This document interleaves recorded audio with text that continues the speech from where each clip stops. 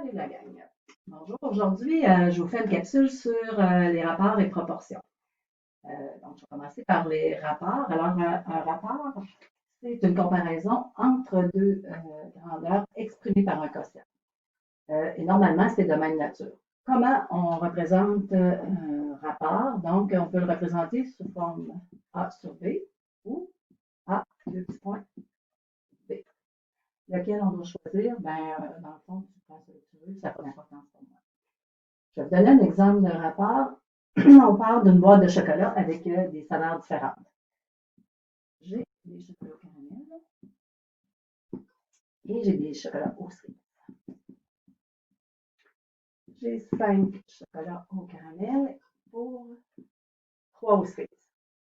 Ce que je veux, c'est que tu m'exprimes ça sous forme de rapport. Deux choix. Je peux le faire comme j'ai montré ici, A sur B, donc 5 sur 3, ou 5, deux petits points, 3. L'important, c'est que j'ai nommé les caramels en premier. Donc, caramel doit venir en premier. Si j'avais fait le contraire, les cerises en premier, donc on va écrire le rapport 300. Autre chose.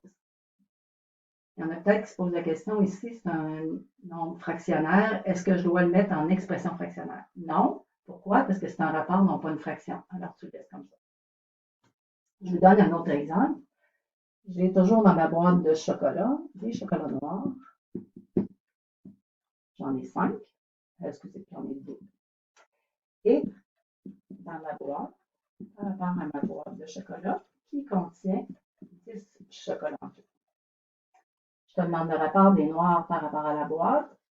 Donc, le rapport est de 2, 10, 2, 10. Et là, ce que je vais te demander, c'est que si ça se simplifie, tu dois le simplifier. Alors, je vais faire 2, je vais faire 2. Ça donne rapport 1, 5. L'important, encore là, j'ai nommé les noirs en premier, donc tu dois écrire les noirs en premier. Si je fais un résumé, donc, un rapport, ça s'écrit sur deux formes. Tu peux faire cette forme-là ou cette forme-là. L'important, l'ordre des mots est très important parce que c'est comme ça que tu écris ton rapport. Ici, je ne veux pas que tu me simplifies ça. Et quand on peut simplifier un rapport, un diviseur qui est commun aux deux, tu dois le simplifier. C'est tout pour les rapports.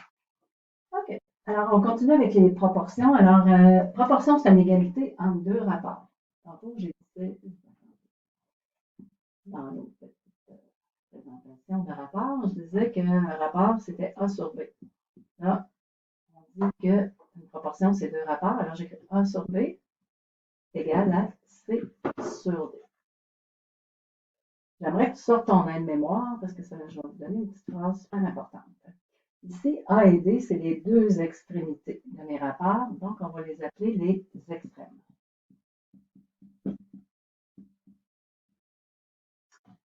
C et D, par contre, vont être les moyens.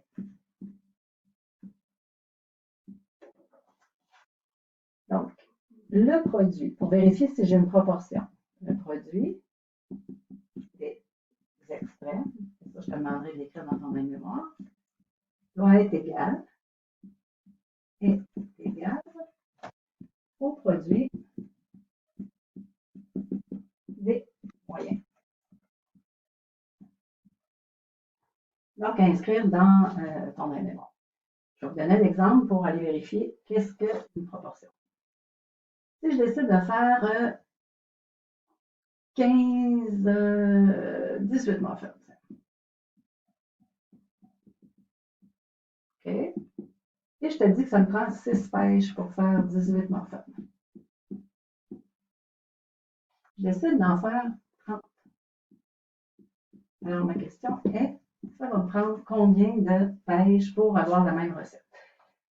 Ce qui fait que, vous devez peut-être vous souvenir, ceux qui étaient avec moi l'an dernier, je parlais souvent des produits croisés, règle de 3. Alors, c'est le moment de s'en servir.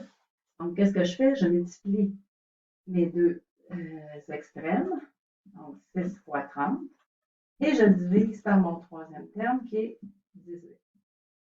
6 fois 30 divisé par 18, ça me donne 10.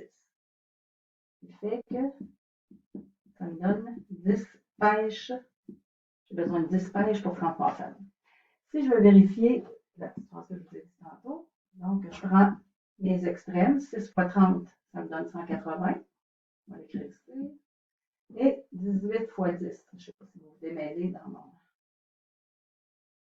mon beau dessin. Donc 10 fois 18, ça donne 180 aussi. Donc 180 est égal à 180. Donc ici, on voit qu'on a une belle proportion. Et que ma recette, elle va coûter la même chose parce qu'elle est proportionnée. Pour suivre à tout ça, je vais vous demander, on va travailler dans notre cahier sommet. Il y a des exercices où on peut voir la différence entre les rapports et les proportions. Merci beaucoup.